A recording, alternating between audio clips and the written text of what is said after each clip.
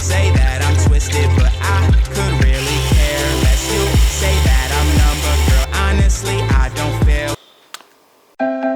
You'll win somehow, so give up on the battle, baby. It's hard, I know. I know to be popular in the YouTube fitness scene, you're supposed to like sour candy, but believe it or not, I've never been a big fan of candy. I've always really liked chocolate, and a lot of my friends will make fun of me for that. I guess that's not a manly thing. Supposedly, chocolate is for women, especially during certain times of the month. But I cannot help it, guys. I like what I like, and sometimes I just need a big bowl of chocolate. And the macros on this are amazing. So, I mean, I showed you guys the box. You're not gonna get better macros, but my question to you is, why would you want good macros? So we're gonna make this a little bit more chocolatey, starting out with the Peeps, which a lot of you guys said you do not like, and I do not like these either, guys, but I'm telling you, the chocolate ones are pretty good. So then we're gonna add a few of these chocolate donuts, and my favorite candy bar in the entire world, I think, the Dark Milky Way. I'm telling you guys, this thing is great. So we're gonna add that. Oh, can't forget, oh, we got some more stuff back here. All right, we got some Reese's Puffs, and we got a few chocolate chips in there. Just listen, ain't nothing different. I know it all, baby. Skizzy submission. I'ma keep chugging, you can keep sipping. Every night we die, it's how we've been living. The days are long, the nights are endless. The girls are rude, the door is pretentious. There's something about you. That's quite a bit of chocolate in one bowl. And to top it off, I'm gonna dip some chocolate rice cakes into all that goodness. So let me know, guys, am I alone out there? Are any of you guys chocolate lovers, or am I just a woman? In before 500 yeses.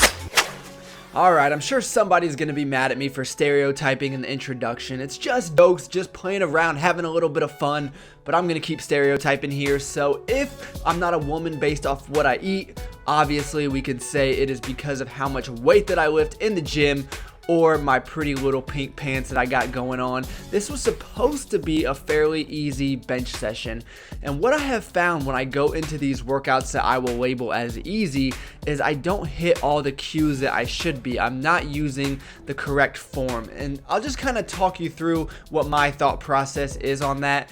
So if it's less than like 85 or 90%, I notice that I'm not using the same technique that I would use if I'm using like 95% of my 1 rep max, when I know that my technique just has to be perfect. So here I can tell that I'm using pretty much no leg drive, and it's because I don't necessarily have to on my 225-pound presses. However, I found that that is causing some problems because I'm doing 5 total sets and I'm getting pretty fatigued after about 3 or 4 sets, and you'll notice that these reps get a little bit grindy, which they shouldn't if I was using proper technique.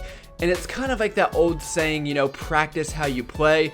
And I'll kind of relate this back to basketball when I played in high school. The coach would always have us run sprints or do some type of activity that was going to fatigue us before we shot free throws, because he would tell us that, you know, you're not going to be shooting free throws fresh in the game. And maybe that's not the best analogy here, but what I'm trying to say is if I want my technique to be on when I need it, when I need every ounce of energy on those 1 rep maxes, I'm going to have to start utilizing it on these easier sessions. So that is one of the things I'm going to be working to improve on. As you can see, some of these reps are getting pretty slow, and if you pay attention to my feet, they're kind of wobbling around as I'm really struggling to reactivate that leg drive. Moving into these dumbbell floor presses, you'll notice I'm having a little bit of trouble stabilizing myself. I'm trying to use that offhand to help balance, but it's just not working out too well, and I might actually try this with my feet flat on the ground, if you guys can kind of picture what I'm talking about. The hardest part about this movement is just getting the dumbbell in position. It isn't the actual press, but I do really enjoy it, especially if you've just done the barbell version. It's just a nice change of pace. I do think that the floor press has a lot of carryover, so I'm trying to keep that in my program. Gonna finish up with some fluff work, some shoulders, and some rear delts, and that is going to be the end of the workout. So I hope that you guys enjoyed this. Hopefully this commentary was just moving and you guys are ready to go conquer the day. Shut up, I'm cutting myself off. Please like the video if you enjoyed it. I would really appreciate that, and I'll talk to you guys very soon.